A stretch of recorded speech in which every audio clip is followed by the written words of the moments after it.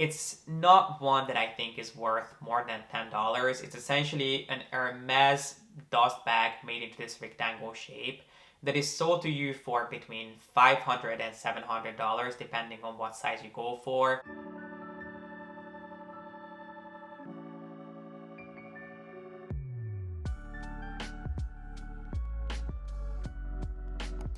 Hey guys, my name is G.P.S and welcome back. I did a video not too long ago reviewing some of the most expensive pieces sold by Hermes, and I thought it might be fun if we turned the tables and looked at some of the least expensive pieces by the brand. So last night I went onto the Hermes website and I tried to pull the lowest priced products in different categories. And what I found, thankfully, is that I do own most of these pieces, and even the ones that I never purchased, I at least played around with at some point in stores. So I'll be able to give you my first-hand experience and share with you whether I think they're worth the money or if you're better off saving up a little bit longer and investing in something a little bit more elaborate, shall we say. So without further ado, let's go ahead and see what a couple $100s can get you at Hermes. Let's start with everyone's favorite category, which is small leather goods. And believe it or not, if you pull up the Hermes website to look for the lowest price product in this category, you'll be faced with pieces that are not actually made of leather, because the least expensive pieces are actually notebook refills, which I didn't think would have been too exciting to talk about. So I ended up scrolling down a little bit further, and as I expected, the next least expensive thing is the Bastia coin purse, which is the one that we'll be reviewing today. But I also wanted to give my Ulysses notebooks an honorable mention, considering that the refills are technically the least expensive pieces you can buy.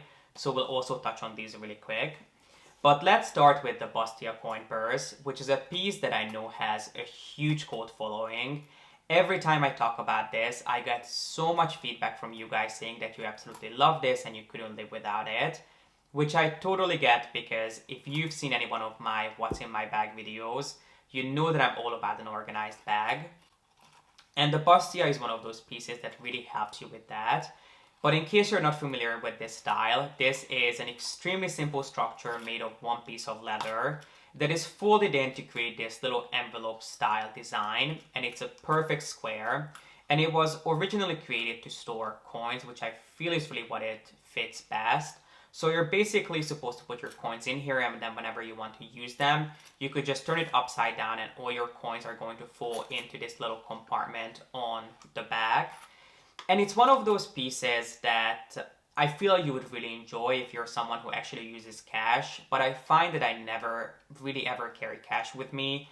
I usually use cards, and nowadays I honestly don't even use cards. I just have my phone with me and use Apple Pay. Obviously you can use this to store other things in here, like hair clips, I guess smaller things like keys or your earphones or AirPods. I did try to put my AirPods in here and they do fit, at least the original AirPods. But it's just too much extra effort for me to put my AirPods in here, take them out of the case, etc. Especially considering that the AirPod case is already such a streamlined design that it's not like it has any sharp edges that would scratch the inside of your bag. But if you like the idea and the aesthetic of this piece, but similar to me, you prefer using cards, then I think you would really enjoy the Kavi card case, which is a really similar idea, really similar structure and design, but it is more of a rectangle, longer shape, so it will easily fit a card. And unlike the Bastia, it will fit a card, but it will also fit coins, it will fit cash, it will fit keys. So I think it's just a little bit more multifaceted than the Bastia would be. The shape is quite restricting, so for me, this is not worth the money. And then next up, let's quickly touch on the Ulysses notebooks by Hermes, because as I mentioned, the least expensive pieces you can buy are the refills that go into this. And the refills are essentially just pieces of paper attached together that you can snap into these notebooks.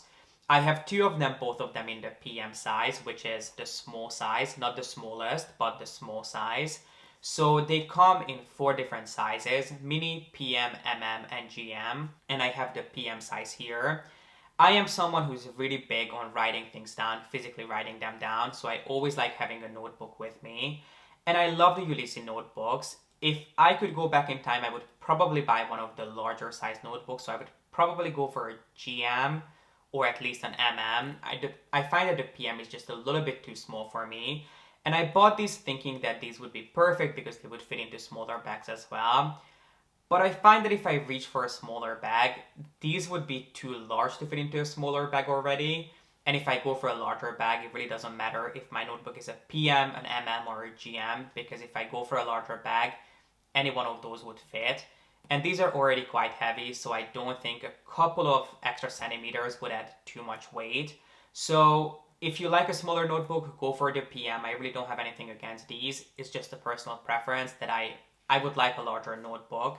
I am not going to buy one because I already have two of them, one in black. Do I have this upside down? Yeah, I do have it upside down, which is engraved with my initials. I have it in black, and then I have this in Blue Nuit, which is just a really dark shade of blue. I love these. Do I recommend that you go for these? Absolutely. If you are someone who likes writing things down and if you love Hermes, I think these are pieces that you would really enjoy. And what I love about them is that you can buy refills. So it's not like you go through them, let's say in a year, and then you have to throw them away or invest in a brand new notebook. You can snap the inside of the notebooks out and buy refills. Or I've also seen people buying these sort of as an annual calendar. So they buy one each year, and then you can basically build this rainbow of different colored notebooks from different years that you have, which I think is also a cute design. I think it's a little bit too expensive of a habit to get into, but I think the Ulysses notebooks are honestly just a great piece to buy. The next category is leather goods, and you would think that small leather goods and leather goods are the same thing, but when it comes to Hermes, of course they have to complicate things, and they are not. Leather goods pretty much refer to back charms, and I wasn't surprised to find that the least expensive back charm or leather good that Hermes sells is the Carmen keyring, which is a design that I have talked about before. I'm not a big advocate of this piece, not because I have anything against the design, I just find it to be ridiculously overpriced for what it is, especially because I know for a fact that you can make this really with no experience of using leather from really, really basic materials. Because I think I mentioned this story before that I had a friend back in college who loved Hermes as much as I do, if not even more. And similar to me, she felt that these pieces were ridiculously overpriced. And one year, I think it was maybe in our senior year in college, she had to take some sort of an arts and crafts class using leather. So as her final project, she decided to recreate the Carmen keyring. So basically with about a month of experience working with leather, using materials that she bought from an arts and crafts store for like $10, she recreated a piece identical to this, and I'm not kidding you, it was identical. I would have never been able to tell the difference if I just saw it hanging on her keychain. So even before that experience, I would have never been able to justify the price for this piece. Yes, it's cute, but for $300, there are so many things out there that are much cuter than this. And if you like the design, I can guarantee you that you can just Google leather pom-pom keychain and you will find a million different things for a fraction of the price. So for me, this is not a piece worth investing in. I think for the kind of money, you're much better off investing in even a Bastia, as I mentioned, in a Calvi. And if you're gonna go for leather back charms from Hermes, I think rodeos are still the way to go. Let's move on to fashion jewelry. And the least expensive piece you can pick up from Hermes from this category is a piece that I can guarantee that you've seen in store at least a million times and you probably never even paid attention, and that is for a good reason. Because the least expensive piece is by no means representative of what Hermes stands for and what they're able to do. And it's a piece called the Glennon bracelet. And then I also talk about the jumbo bracelet because they're pretty much the same thing. The only difference really is the mechanism. Both of these pieces pretty much consist of this woven leather rope kind of a thing, and then they have different statement mechanisms as a closure. And neither one of these is something that I think you should spend more than $5 on. These just remind me of those old school sort of nautical inspired bracelets that were really popular back in the early 2000s. Do you remember those like rope bracelets that had these fish hooks or whatever they had on them? That's exactly what they remind me of, which I don't think is a look that you or anyone out there is going for. And if you are, I don't think you need to spend $300 to get that look. These are just not bracelets that I think are representative of Hermes's values. And when I say that, I'm not saying that everything should be screaming Hermes from the rooftops as soon as you put them on. But this is not a piece that you yourself, I think, would perceive expensive looking, or you'd find that this is worth pretty much $300 with tax. So for me, this is a huge skip. But while we're on the topic of fashion jewelry, I still wanted to give you some recommendations on the lower end of Hermes's price range, which is obviously still expensive. But if you're willing to spend about $300, one piece that I have really been liking is the O'Kelly pendant, which is basically a really simple chain with a Kelly lock inspired pendant, which has a piece of leather behind it just to give it this sort of contoured, shadowy look. And you can choose from a huge array of different colors that are fun, that are playful, that are colorful, and that will give much more of a statement to your collection than any of the previous bracelets would. This comes in at about $300, so it's an extra $30, which I think is absolutely worth it. It's a piece that I think you'd be much better off investing in than you would be buying, the previous pieces. And then I couldn't not mention one of my favorite fashion jewelry pieces from Hermes, which are the Be Happy bracelets. These are just a tiny bit more expensive than the jumbo bracelets. These range between $305 to $330, $350, depending on what version you go for. Because it comes in 3 different variations. You can pick it up in single tour, which is the one that I'm wearing. This is the one that just goes around your wrist once, which I love. You can also buy it in double tour, which means it wraps around your wrist twice. And then they have versions where it goes around your wrist, I think, 3 or 4 times. But I think the best ones are the single and the double tours. Single tour I like stacked with other pieces. Double tour I like wearing on its own. And it's one of those pieces, as I said before, that you can just throw on with the most basic, simple outfits, and it will immediately pull your ensemble together, and it will make you look like that you spent hours thinking about what you're going to wear. It just has that effect that it makes your outfits look more well thought out. So I love these pieces, and I think they are a much better investment than any of the previous bracelets. Belts are obviously something that Hermes is very much known for, but I didn't want to go down the route of talking about their belt kits because there are so many variables with those pieces. Depending on what leather and what buckle you choose, prices can vary drastically. So I ended up looking at their already made up belts, ones that you cannot really customize. And the least expensive belt is one that wasn't too interesting. It's a 32mm belt that is made of a really robust brittle leather. It kind of looks like something that was inspired by their equestrian heritage. If you like a simple, well-made, robust leather that is going to last a long time and will probably change drastically in color and texture, I think you would not be disappointed in this piece. I can absolutely see it styled with a more casual outfit, and I think it would look really chic and expensive. On the other hand, the next least expensive belt is one that I have been loving ever since Christmas, which is the so-called Pop Age belt.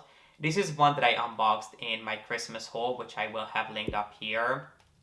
It's a design that was inspired by the Pop Age Hermes jewelry collection that became famous for this enamel age finish, which is a jewelry line that I never particularly liked.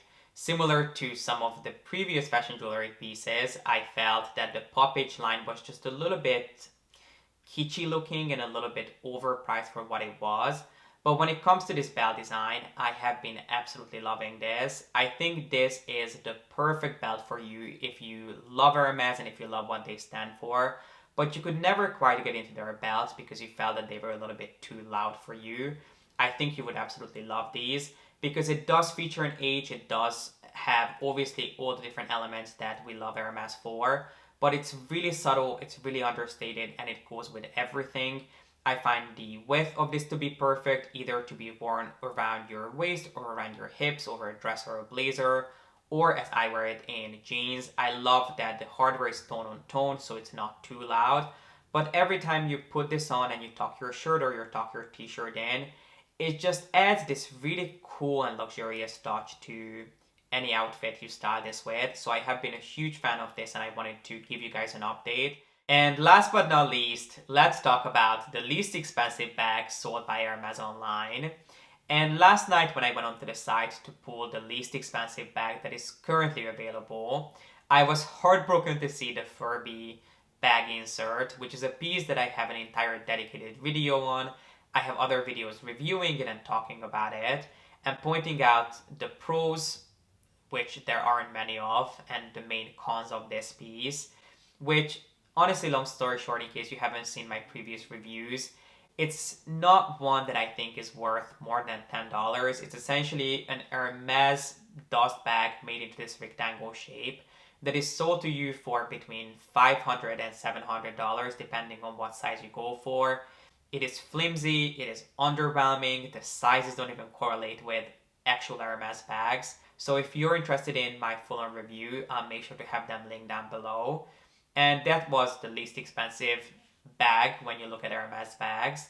But other than that and bag straps, if you look for truly the least expensive bag by Hermes on the side, it is the so-called Alain bag, which is slightly different from the original Alain that launched back in the 70s. The one that you can buy nowadays is a more sort of updated version of that, but it remains to be very much rooted in the equestrian heritage of the brand. It's one of those bags that I could absolutely see someone carrying to the stable, filled with sugar cubes and carrots for their horses.